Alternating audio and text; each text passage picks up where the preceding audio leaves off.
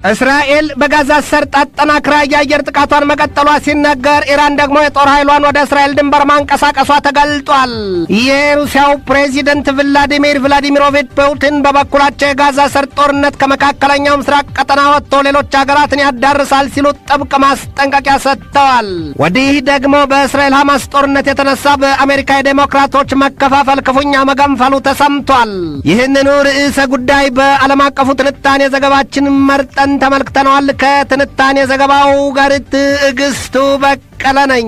ቀድሞ አኬልዳማ በሚል መጠሪያው ድፍን ዓለም ሲያነሳ ሲጥለው የሚሰማው የዚያ የመካከለኛው ምስራቅ ቀጠና ምድር ዛሬ ላይ ያ ስያሜው ብቻም የሚበቃው አልሆነም፣ የእሳት ምድር ሆኗልና። ከ20 ቀናት በላይ በመካከለኛው ምስራቅ የእስራኤልና የፍልስጤማውያኑ ምድር ሲካሄድ የነበረው ከባድ ጦርነት በጣም በርካታ ሀገራትን ማነካካቱ ይታያል። በዚያ የሐማስ ጥቃት ከ9 በላይ ዜጎቿ መገደላቸውንና 21 ዜጎቿ ታግተው የተወሰዱባት አርጀንቲና ከሐዘን መጽናናት የተሳነውን አንጀቷን አስራ የመካከለኛው ምስራቅን ቀጠና ከሐማስ ያማልዷት ዘንድ መንበርከኳ፣ ወዲያም ደግሞ አውሮፓዊቷ ሀገር ፈረንሳይም ዜጎቿ በሐማስ መታገታቸውንና እንግሊዝም በዚያው አይነት ከታገቱባት ዜጎቿም ውጭ የሞቱባት እንዳሉ ይነገራል።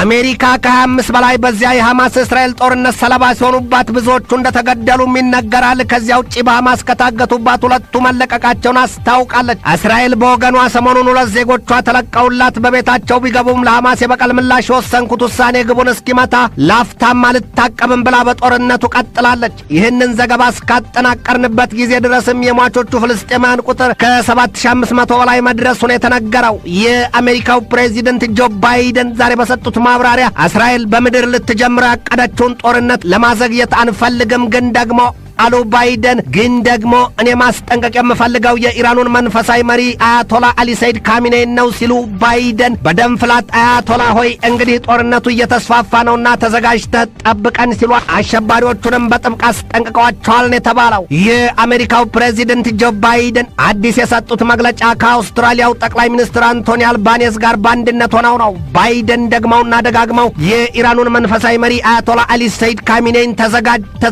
ተዘጋጅ ነው ቸው አሁን ጉዳዩ አመካኝተው በሏትን የሆነ ይመስላል። ለወትሮም በምን ባገኘኋት እያለች ሰይፏን ስትሞርድ የነበረችው አሜሪካ ሌላው ሁሉም እንኳ ባይሆን በደረቁ ልትላጫት እያሻሸቻት መሆኑ ይታያል። ባይደን በኢራቅና በሶሪያ በሰፈረው የአሜሪካ ኃይል ላይ የሰው አልባ የጦር አውሮፕላኖችና የክሩይዝ ሚሳይል ጥቃት መፈጸሙ፣ ወዲያም በሀገር ቤት በሪፐብሊካን ፓርቲው አካላት አንዴ ለዘብተኛ ሌላ ጊዜ ደግሞ ፖለቲካን አላዋቂ ወዲያም ፈሪ ልብ ያላቸው እያሉ አብጠልጥለዋቸዋልና ጭንቅላታ ቸው ረፍታቷል ነው የሚባለው።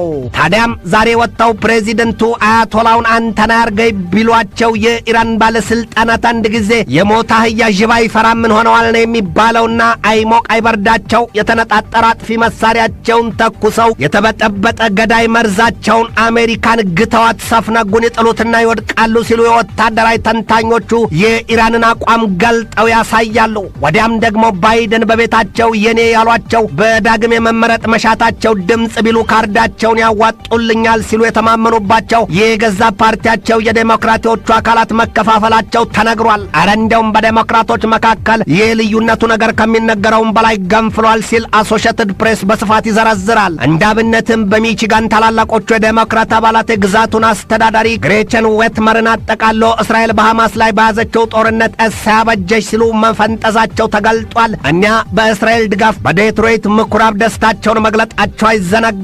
ይሁንና ገሚሶቹ የዴሞክራት ፓርቲዎቹ አባላት በቀጣዩ ቀን በተካሄደው ሰልፍ ላይ ንቅል ብለው በወጡበት የድጋፍ ሰልፋቸው ከፍልስጤማውያኑ ጋር መሆናቸውን አስታውቀዋል። አሁን 20 ቀናትን የተሻገረው የእስራኤልና ሐማስ ጦርነት የአሜሪካን ዴትሮይትን ጨምሮ በመላው ዓለም በአይሁዳውያንና በሙስሊሞች ዘንድ ውጥረቱን ማካረሩን የተነገረው። ዴትሮይት በአሜሪካ እጅግ በጣም በርካታ መጠን ያላቸው የአረብ አሜሪካውያን የሚኖሩበት ክፍል ነው። ዴሞክራቶች በሚቺጋን ግዛት ለእስራኤል ጠንካራ ድጋፋቸውን ማድረጋቸው ሲነገር፣ በዴትሮይት ግን እጅግ ጠንካራ ተቃውሟቸውን የተገለጠው። እናም በቀጣዩ የአሜሪካ ፕሬዚደንታዊ ምርጫ የፍልሚያ መድረክ ባይደን የቋመጡለት የድል ቀንና ብስራት የመርዶው ነገር ከወዲሁ ዛሬ ማስነባቱ እየታየ ነው። አሁን ታዲያ የዴሞክራቶች በዚህ መልክ መከፋፈል ለቀጣዩ ምርጫ መዳከምና ለብዙ ጥቃትን በሩ የተከፈተ እንዲሆን ያደርገዋል የሚል ስጋት ገዝፎ እየተነገረበትም ነው። የዚያ የእስራኤልና የሐማስ ከባድ ጦርነት ታዲያ ለወትሮም ከመውደቁ በፊት መሰበሩ የሚነገርለትን የግብጽ የሊባኖስና የዮርዳኖስን የምጣኔ ሀብት ቢሉ የሰላም መሰረት ክፉኛ ማናጋቱም ነው የሚነገረው። የመካከለኛው ምስራቅ ጦርነት አንድ ጊዜ አድርስ አድርገው ነበር እንጂ አንድ ጊዜ ከሆነ በኋላ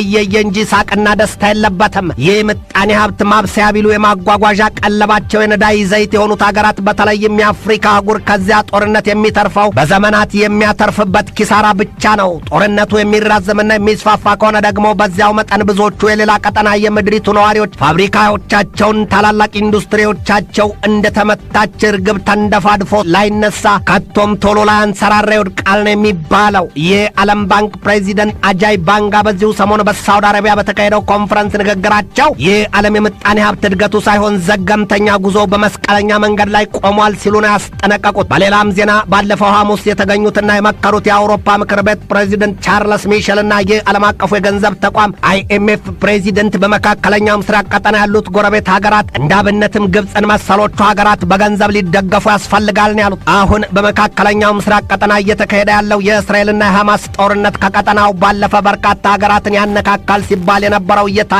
ነው። እስራኤል ገና የእግረኛ ጦሯን በጋዛ ሰርጥ ለማስገባት እየፎከረች ባለችበት በዚህ ወቅት የኢራኑ የውጭ ጉዳይ ሚኒስትር ሆሰን አሚር አብዶላሂያን አይናቸውን ጨፍነው ወደ ኒውዮርክ ለምክክር መብረራቸው ተሰምቷል። አብዶላሂያን በኒውዮርክ ለጋዜጠኞች ማብራሪያ ሲሰጡ በጽዮናዊት እስራኤል መንግስት የተጀመረው የጋዛ ሰርጥ ጦርነት ወደ ቀጠናው የተለያዩ ሀገራት መስፋፋቱ ነው ሲሉ መላዋን ዓለም አስጠንቅቀዋታል ሲል የመኸር ኒውስ ዘገባ ያትታል። በዚህ ወቅት የዚያን የሐማስ እስራኤል ጦርነት ወደ ቀጠናው የተለያዩ ሀገራት ስለመስፋፋት የሚያስጠነቅቁት መንግስታት በርክተዋል። የሩሲያው ፕሬዚደንት ቭላዲሚር ቭላዲሚሮቪች ፑቲን እስራኤል በጋዛ ሰርጥ የያዘችው የአውሮፕላን ድብደባ ለሰው ልጅ ቀርቶ ለራሳቸው ለሰማይና ለምድር ዘግንኗቸዋል ነው ያሉት ሲጀምሩ ንግግራቸውን። እናም አሉ ፑቲን ያ ጦርነት ከቀጠና ወጥቶ ሌሎች ሀገራትን ያዳርሳል። በቀጥታ በርካታ ሀገራት በጦርነቱ ይገባሉ። ከዚያ በኋላ ደግሞ ምድሪቱ ዓለም በአጠቃላይ የዓይነ ስውሯ ናተኛን ትሆናለች ሲሉ ነው ያስጠነቀቁት። እንደ ፑቲን ማብራሪያ ታዲያ የዓለም ሀያላን መንግስታት በጋዛ ሰርጥ የሰብአዊ ድጋፍ ጉዳይ ቢሉ የጦርነቱ ይዘት ሁሉ ያለመግባባታቸው ያንን ምድር እንደ ስሙ የገህና ምድር አድርጎታል ነው ያሉት። በዚህ ወቅት ሁለቱም ወገኖች እስራኤልም ሐማስም የሞቱ ወገኖቻቸውን አስከሬን በጅምላ መቃብር እየቀበሩ መሆኑ ይነገራል። የፑቲን መግለጫ እንደሚያትተው የእስራኤል ጦርነት አሁን ባለው ይዘቱ እንኳን በሶሪያና በሊባኖስ መትረፉን ማየት ይበቃል። ግን ደግሞ ነገና ከነገ ወዲያም ብቻ ሳይሆን ዛሬ አመሻሹን የት ልትደርስ እንደምትችል መገመት አይከብድም ነው ያሉት። ሩሲያ በእስራኤልና በሐማስ መካከል የሚካሄደው ጦርነት በተኩስ አቁም ያበቃ ዘንድ ያቀረቡት እቅድ በጸጥታው ምክር ቤት ውድቅ እንደተደረገባት ይታወቃል።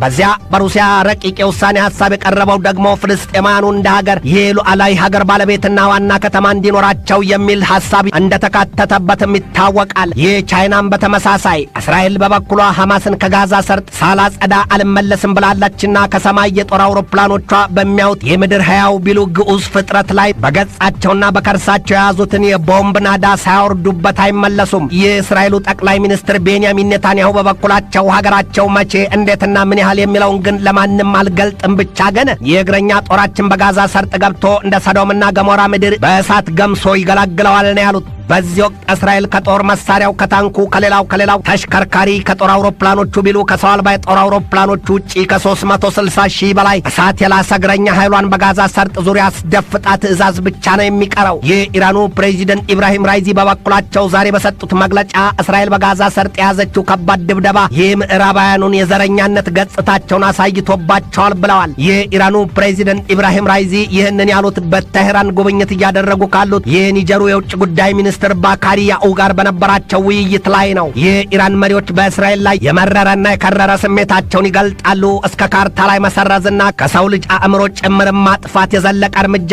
የኢራኑ መንፈሳዊ መሪ አያቶላ አሊ ሰይድ ካሚኔይ ለመካከለኛው ምስራቅ ቢሉ ለመላው ዓለም የሰላም ጠንቋ አሜሪካ ናት ሲሉ አሜሪካን ያብጠለጥሏታል። አሜሪካ በጋዛ ሰርጥ ደማቸው ለፈሰሰው ጭቁኖች የፍልስጤም ልጆች፣ ለሕፃናቱ፣ ለአቅመ ደካሞቹና በሽተኞቹ እንዲሁም ለሴቶቹ ሕይወት መቀጠፍ ዋና ተጠያቂዋ ናት ብለዋታል አሜሪካን። ይህ በእንዲህ እንዳለ ቴህራን የጦር ኃይሏን ወደ እስራኤል ድንበር ማንቀሳቀሷ ተነግሯል። የእስራኤል ጦር ኃይል በጋዛ ሰርጥ የእግረኛ ውጊያ ለማድረግ ጣጣውን ጨርሶ በአንድ እግሩ ጣት ተንጠራርቶ በቆመበት በዚህ ወቅት ኢራንም በእጥፍ ድርብ ተዘጋጅተናል እንኳን ደህና መጣችሁ ስትል መልስ ሰጥታለች ነው የተባለው። እስራኤል አሁን በጋዛ ሰርጥ የእግረኛ ጦሯን አስገብታ ለ16 ዓመታት የዘለቀውን የሐማስን አገዛዝ ለመጨረሻ ጊዜ አስኳሉን አፍርጣ ለማፍሰስና ወዲያም ሰንኮፉን ለመንቀል መሆኑ መሆኑን ትገልጣለች። አሁን ታዲያ በዚያ ከእስራኤል በስተደቡብ ምዕራብ በሚገኘው አቧራማ ጠባብ ሰርጥ መላውን የመካከለኛውን ምስራቅ ቀጠና የሚያጥለቀልቅ የእሳት ጎርፍ ሊፈስ መሆኑን የወታደራዊውም የፖለቲካውም ዘርፍ ተንታኞች መነጋገሪያና መተንበያ ሆኗል። ከሊባኖስ እስከ የመን፣ ከሶሪያ እስከ ኢራቅ በኢራን የሚመሩት የእስራኤል ጠንቀኛ ጠላቶች ከሐማስ ጋር ባንድ ልብ ቆመው ግባችንን ሳናሳካን ቆምም ብለዋል። ከዚህ ሁሉ በላይና በስተጀርባ ስለመኖሯ የሚነገርላት ኢራን በበኩሏ ቀድሞው ነገር የዚህን አይነትና የዚህን ያህል የጦር ኃይል ግንባታ ከዘመናዊነት ጋር አይታታውቅም ነው የተባለው። ኢራን የጦር ኃይሏን እጅግ በተራቀቁ የጦር መሳሪያዎች ከጥፍሩ እስከ ጸጉሩ ጢም አድርጋ ወደ እስራኤል ድንበር አንቀሳቅሰዋለች ነው የተባለው። አሁን ሁለቱ የመካከለኛው ምስራቅ ቀጠና ባላንጣ ሀገራት ኢራንና እስራኤል ውረድ እንውረድ ተባብለው እንደ አንበሳ ደቦል እያገሱና ምድሪቱን እየደቁ ነው። ኢራን ያንን በመካከለኛው ምስራቅ ቀጠና አቻ የሌለው የጦር ኃይሏን ወደ እስራኤል ድንበር ያስጠጋችው እስራኤል ከሊባኖስ በምትዋሰንበት ድንበር በኩል ነው። በዚያ ላይ ደግሞ ኢራን በዚያ ምድርን እንደ ፍልፈል ምሳ ሰንቃና ስታጥቃ ያስደፈጠችው ከ60 ሺህ በላይ ቁጣቸው እሳት የሚያስተፋቸው ኃይሎች ያሉት ሄዝቦላ ከዚያ የኢራን ኃይል ጋር መሳ ለመሳ ሆኖ ቅዱስ የሆነውን የሰማዕትነት የሞት ጽዋ ለመጎንጨት ውሃ እንደጠማው የበረሃ ዘንዶ እየተቁነጠነጠ ነው። ዛሬ የዚያ የመካከለኛው ምስራቅ ምድር አልጠግባይ ሲተፋ ያድራልን አለያም አላርፍ ያለች ጣት ይሉትን ሆኖ ሲነገር ሲሰማ ሁሉም የጦርነት ዝግጅት ሆኖበታል። ማን አሸናፊ ማን ተሸናፊ፣ ሁሉም ግን እሳትና ሞት አነፍናፊ ሆኖ እንደሚቀር ለመገንዘብ ተሰውሮታል። የእስራኤል እግረኛ ጦር ትናንት ረቡዕ ለዛሬ ሐሙስ አጥቢያ ሌሊቱ ላይ በታንክ የታገዘ ጥቃቱን እግረኞቹ እንደ ባብ እያመለጉ በጋዛ ሰርጥ ሰሜናዊ ክፍል መግባት መጀመራቸውን ከዚያው የወጡ መረጃዎች ያመለክታሉ። ዓይንና ጆሮ ነገ ምን ያዩ ምን ይሰሙ ይሆን? የጊዜን ጋላቢ ሰረገላ መጠበቅ ነው።